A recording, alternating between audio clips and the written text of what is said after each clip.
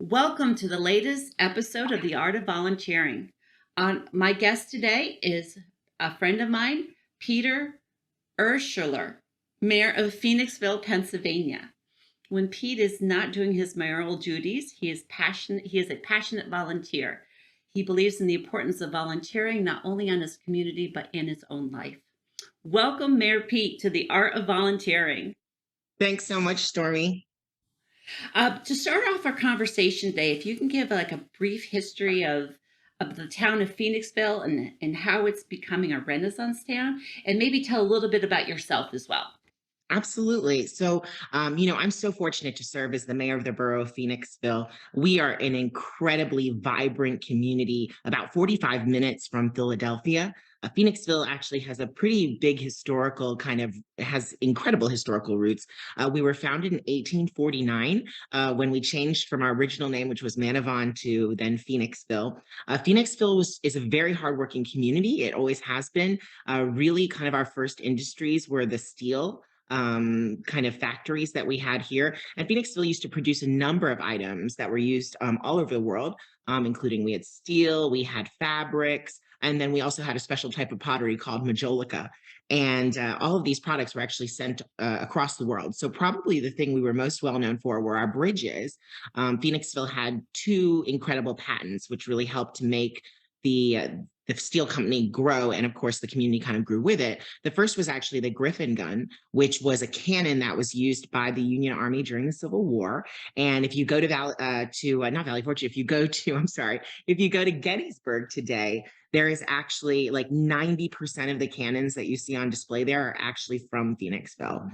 And so that's pretty neat. And then the other thing is that we made the Phoenix column, which was this special type of column. It was made out of wrought iron, and it's hollow on the interior, and it's four pieces which are riveted together.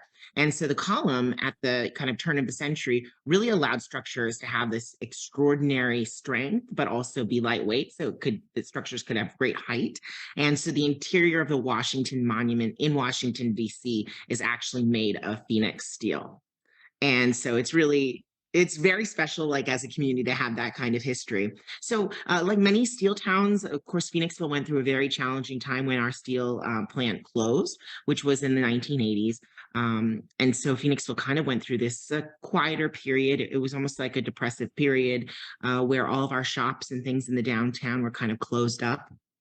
And then, our community always had this fighting spirit. And in the late 1990s, like early 2000s, a number of our citizens got together and they said, you know what, we don't want to lose these very special buildings that we have, buildings like the Colonial Theater, which are right in the middle of downtown. And so that was really one of the first buildings that they started to kind of bring back between the Colonial Theater and the Foundry building. They really wanted to preserve our history and use that as a way to attract people to come into our community. And so in the early 2000s, the Colonial Theater was saved, and the Colonial Theater probably is best known as the home of the Blob. So the 1950s cult classic, which we recreate every single year, was actually filmed at the Colonial Theater right here in Phoenixville. And so over the last 20 plus years, everyone in our community has really been working together to help Phoenixville kind of grow and attract new people and just be the vibrant community that it always has been. And what we've seen is a 14% increase year over year in people moving into our community. We have over 52 extraordinary festivals in our downtown every single year, almost something every weekend. Yeah. And we are number 11 in the country for breweries and distilleries per capita. So if you want to come and find a neat place to go out, it's also has a lot of great nightlife. But we have so many beautiful restaurants and shops, all kind of within the walkable downtown historical district of Phoenixville. And so I actually came to Phoenixville in 2006. I'm originally from Florida. My mother, I'm the first person in my family who was actually born in the United States. My mother was from the Philippines. My father was Swiss. They met in Australia and they moved to Florida in 1980. And then I followed not too far after. And so I've just always loved being involved and being part of the community. And so in 2017, the opportunity came for me to run for mayor, and I actually became one of the youngest mayors in Phoenixville's history. That's awesome. Yeah, I was doing a little research. 2018 is when you became mayor. That's Mhm. incredible. Has it been a good journey? It has. It's really been a very special journey for me. I was always very involved when I was growing up. I would have never, if you would have asked me when I was growing up, do you want to be mayor? Or do you want to be an elected official? I don't know if I would have ever said yes. But now that I look back kind of on my history, I suppose maybe it was meant to be. I'm actually named after an auditor general, and my middle name is my great grandfather, who was a mayor of his town. So perhaps it was a genetic predisposition, but I was always really involved in kind of like in my school, my student government. I tell people whenever I visit our schools here, I always say to the kids, my first elected office was when I was in third grade. We built a milk carton city and I was elected superintendent. So that was really, I guess I got an early start. But I was really involved in high school and in college, and I did a lot of advocacy initiatives around student scholarships with the legislature in Florida. And so I guess it was something I was just naturally attracted to. Oh, that's awesome. Okay, let's circle back to Phoenixville. How have you seen the residents come out? Because I'm assuming there's a lot of volunteering that has happened to help Phoenixville become the town that it is and where it's going. What has that looked like from your position as the mayor? Like, what do you see? So Phoenixville is really kind of special and unique because when I think of our revitalization, I wouldn't, I mean, there are certainly a lot of players that I could point out, and we'd be here for days. I could make a list, but every single person in our community was working towards that. And really, Phoenixville from its start was always a very caring community. And so, from a volunteer perspective, we actually have 65 nonprofits within the borough. We have the highest concentration of nonprofits in Chester County. And I really think it's a testament to our community and to the care and concern that everyone has in Phoenixville for one another and for their neighbors. And that really has been, I think, a driving force of the revitalization. There are many communities that are challenged to revitalize, and they think, you know, how can we balance having social service organizations and then also the desire to have significant economic growth? And I always say you can do both. And in fact, you have to do both because people in your community need to know that they are cared for, that someone's there to care for them, and they need to feel valued and valuable within your community. And then from that, economic growth will follow. Oh, I like that. They really they complement each other. It you need both. Absolutely. Now, I know just from knowing you, you volunteer. You're not just the mayor. You participate in the volunteering. Like you're part of different organizations. What organizations do you serve with, and like why are they so dear to your heart that you would put your time into them? Absolutely. So I volunteer, and interestingly enough, too, mayors are not full-time jobs.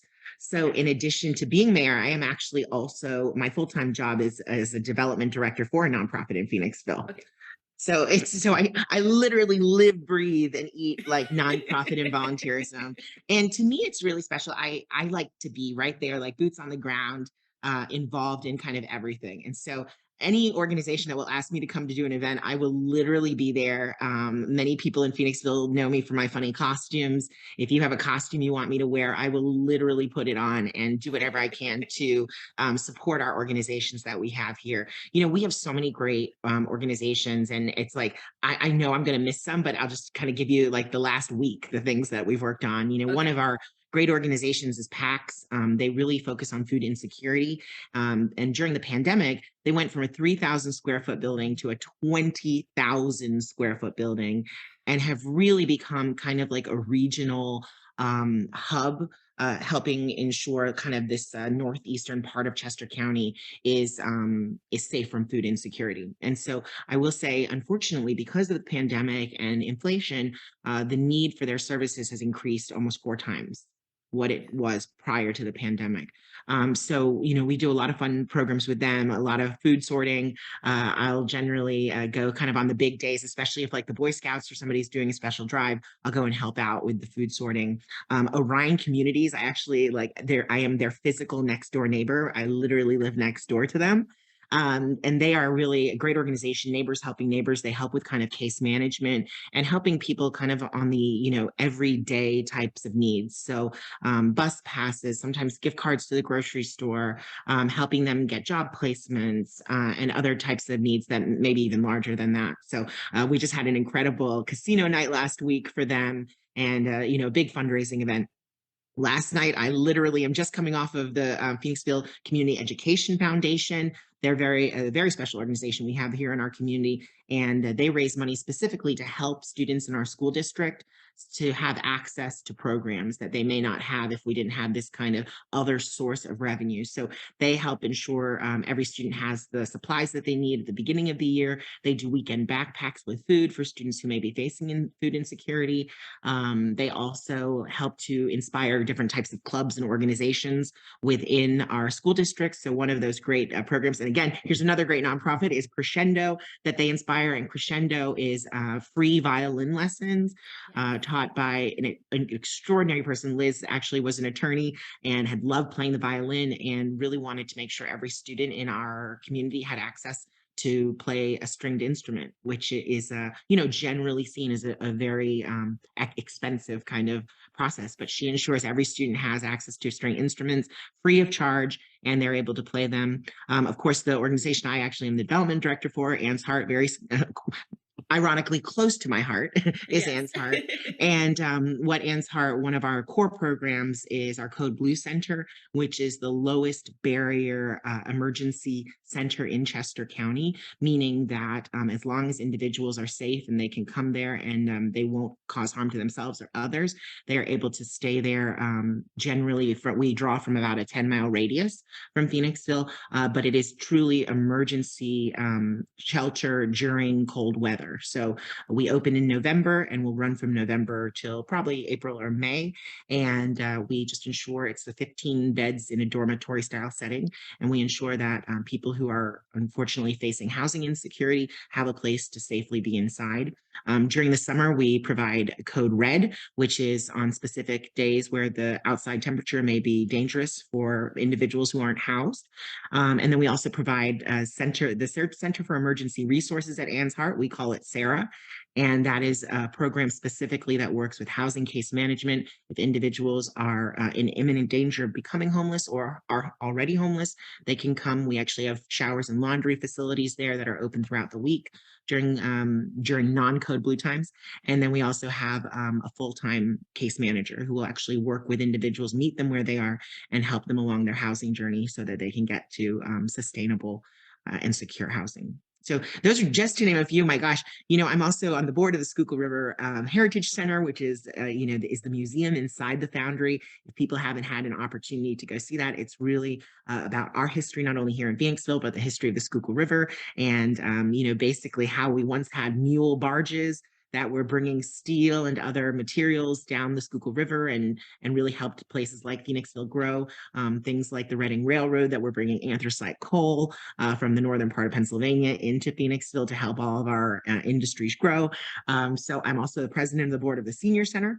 So our Phoenixville Area Senior Center is one of 5 senior centers in Chester County. And we have over 2,500 members of our senior center, an incredibly dynamic community. I will tell you that being a senior is definitely not, I think, what people envision. Our seniors are extremely active. We have exercise classes. We have evening out programs. The third or fourth Thursday of every month, we do a specialized program. We'll have like Oktoberfest. We'll do Valentine's Day dances. We actually have a really fun program coming up on the 16th of March. We're going to be doing an Irish wake. So Oh my goodness. we do a ton of fun and creative programs. And our Irish wake at the Phoenixville Area Senior Center is really special. It's actually kind of a 2-hour event. The first hour is really funny. I actually play the corpse and I sit in the coffin. And if you make me laugh, you can win prizes or you can take home whiskey. It's all sorts of different types of things. And then after that first really funny hour, we go upstairs and we have an end of life fair. And people are probably shocked, like you're going from this really funny, like comedic thing. But what we find is it's a really, it's a nice way to get people to talk about a really challenging subject.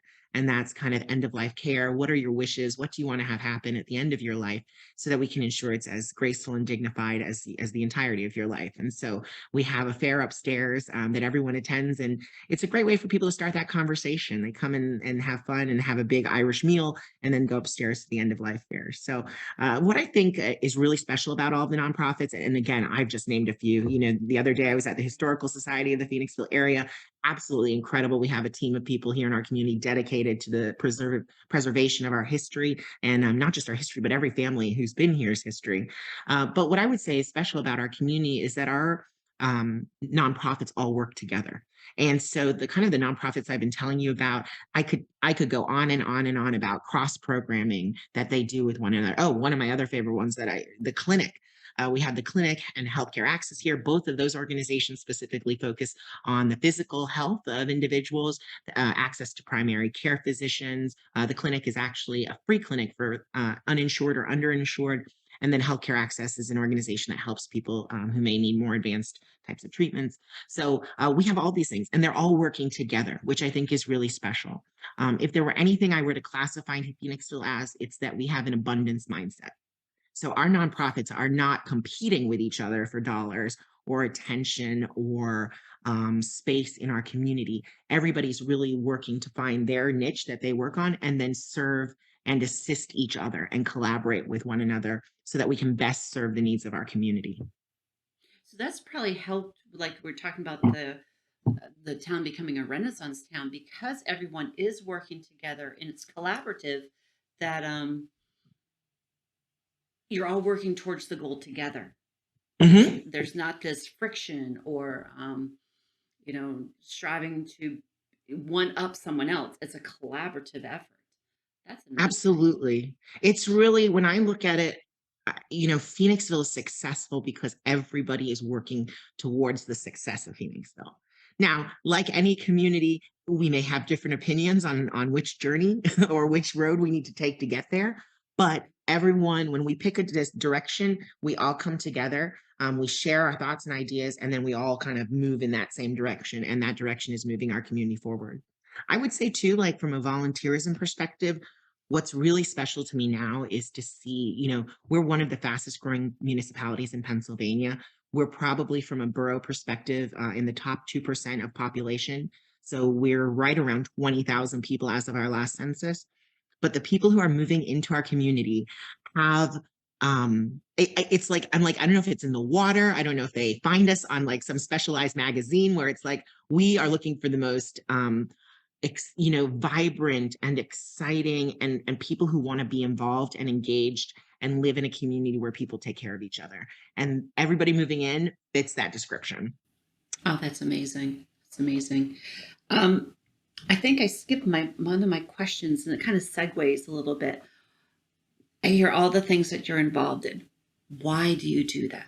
Why do you volunteer? Why do I volunteer? Oh my gosh. It's I I think a lot of it has to do with my parents, and unfortunately, I've lost both of my parents now. I was their caregiver at the end of their lives, and it really, I think of the impact that they had in their community and in our community when I was growing up. They were like the mom and dad of every kid that all my friends. They were everyone's mom and dad, and they I look back on their lives and they really had this profound impact because they did little things for the community in a really meaningful way. And to me, I just hope to carry on that legacy. I just want to make an impact in someone's life. I'm not even sure, I just want to think that somebody's life was better because I was here. And I want to think maybe that the world could be just a tiny little bit better because of me being here. That's, I think, ultimately my goal. And it's also, I really think, so much joy in seeing and being part of and experiencing kind of community in this way. Volunteering, it really is a way to bring people together, to understand people's stories, and it just, I think it makes for such a rich and vibrant experience. Like, it has enriched my life more than I think I've ever put out. Like, I feel so blessed and so honored that really, I feel like I've gotten so much more out of it than perhaps even I'm putting into it, and it just drives me to want to do more. And I love it. I guess it's just part of me and like part of that fabric. I just want to make our little world, as good as it can be.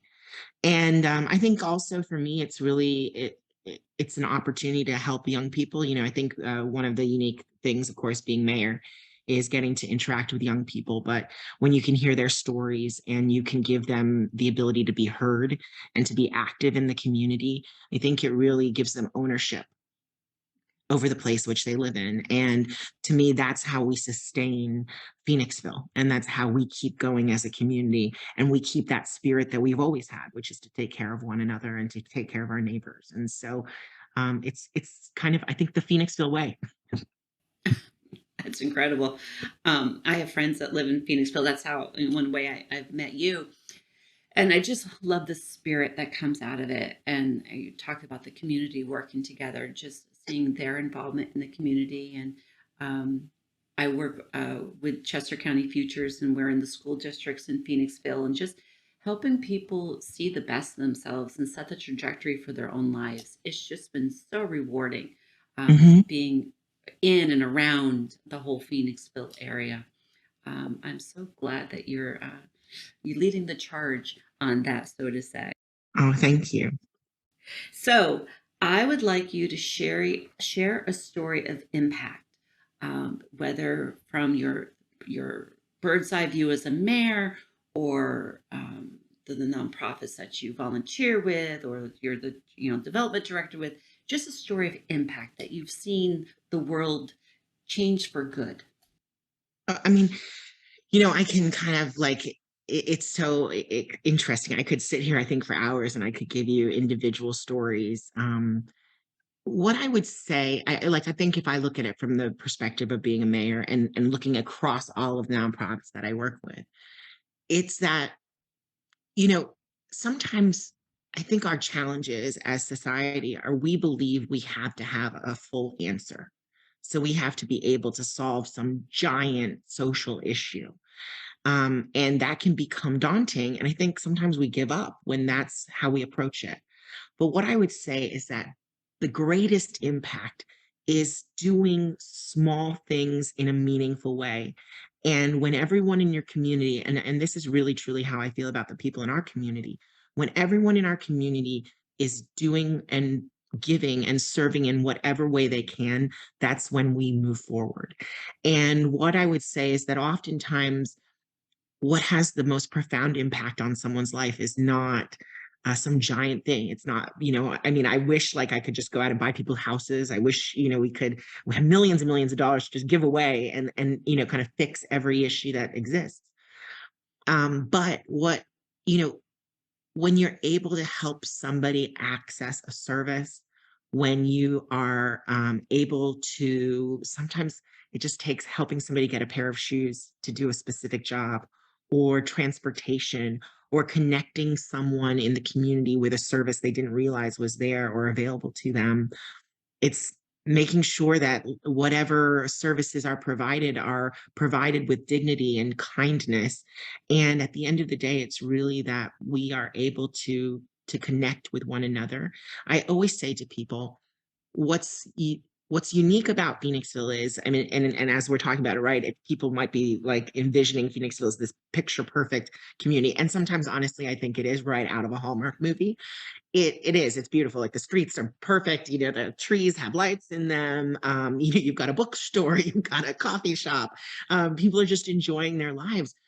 But at the same time, we acknowledge that there are challenges in our community, and we're not afraid of those challenges. And I never want someone in Phoenixville to be embarrassed to ask for help, because we have help and assistance here. And the reality is, none of us ever know. Today, I might be providing the support, and tomorrow I may need the support. And I think that's really us as people. Like that's us as a community, that's us as neighbors. And so, really, when we consider impact, I think of a couple of different stories. Families who've been impacted with their children, just by somebody providing, like I said, a pair of shoes to help somebody get a new job, a neighbor checking in on them and bringing them, maybe like a casserole or something to eat. Sometimes just that warm meal just really has that connection that people need. And sometimes also just overcoming loneliness. During the pandemic, we had volunteers who would just call all of our seniors to check in on them, especially the ones we knew were most vulnerable and living by themselves. And I think that's the most important thing is that every day, the way that we live our lives and the joy that we bring into the world has an impact on people.